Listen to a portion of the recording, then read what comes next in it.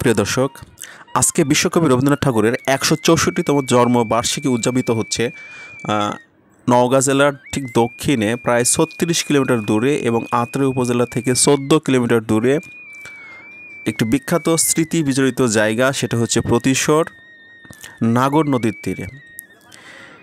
এখানে বিশ্বকবি রবীন্দ্রনাথ ঠাকুরের অনেক স্মৃতি জড়িত আছে।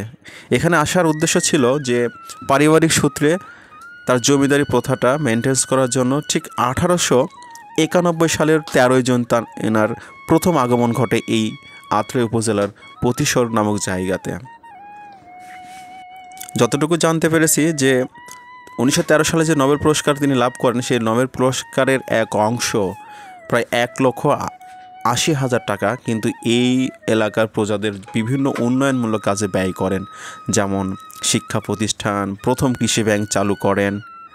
তো প্রিয় দর্শক, চলেন কথা না বাড়িয়ে আজকে আমরা পুরো অনুষ্ঠানের বিভিন্ন অংশে বিভিন্ন জায়গায় আমরা ঘুরে ঘুরে আপনাদেরকে দেখানোর চেষ্টা করব।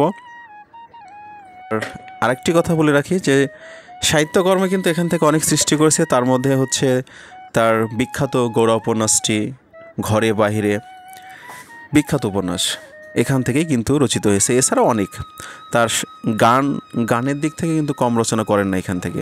তো চলেন আমরা এখন ঘুরে ঘুরে দেখি তাদের বিভিন্ন অংশটুকু।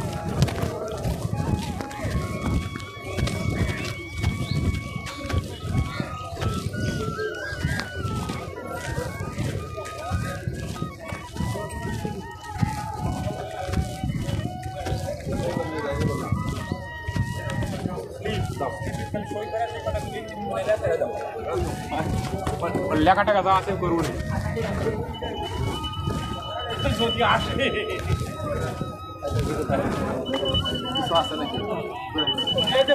দেখা হলো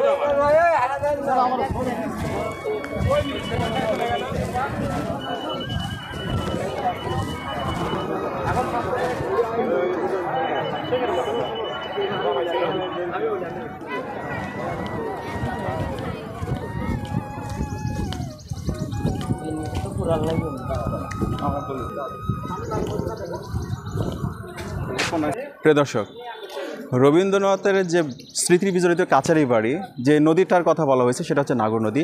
ঠিক আমার পেছনে সে নাগর নদী। চলেন দর্শক, আমরা এই মুহূর্তে আমরা আপনাদেরকে সেই নাগর নদীটা দেখানোর চেষ্টা করব। চলেন।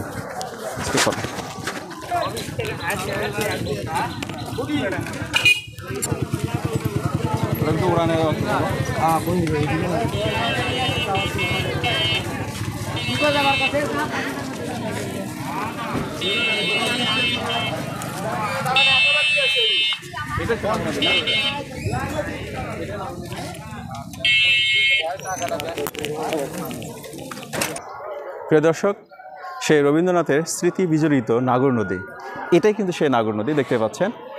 এই নাগর নদীকে কেন্দ্র করে প্রিয় কবি রবীন্দ্রনাথের অনেক স্মৃতি জড়িয়ে আছে। যদি তার সাহিত্যকর্ম আমরা দেখি, সেই সাহিত্যকর্মে কিন্তু এই নদী কেন্দ্রিক কিন্তু অনেক কিছু লেখা আছে। মনে পড়ে তার সেই বিখ্যাত গোড়া কবিতাটি, গোড়া উপন্যাসটি কিন্তু এখানে এই রবীন্দ্রনাথের এই কাছারি বাড়ি প্রতিশোর থেকে লেখা। গোড়া কবিতা আছে।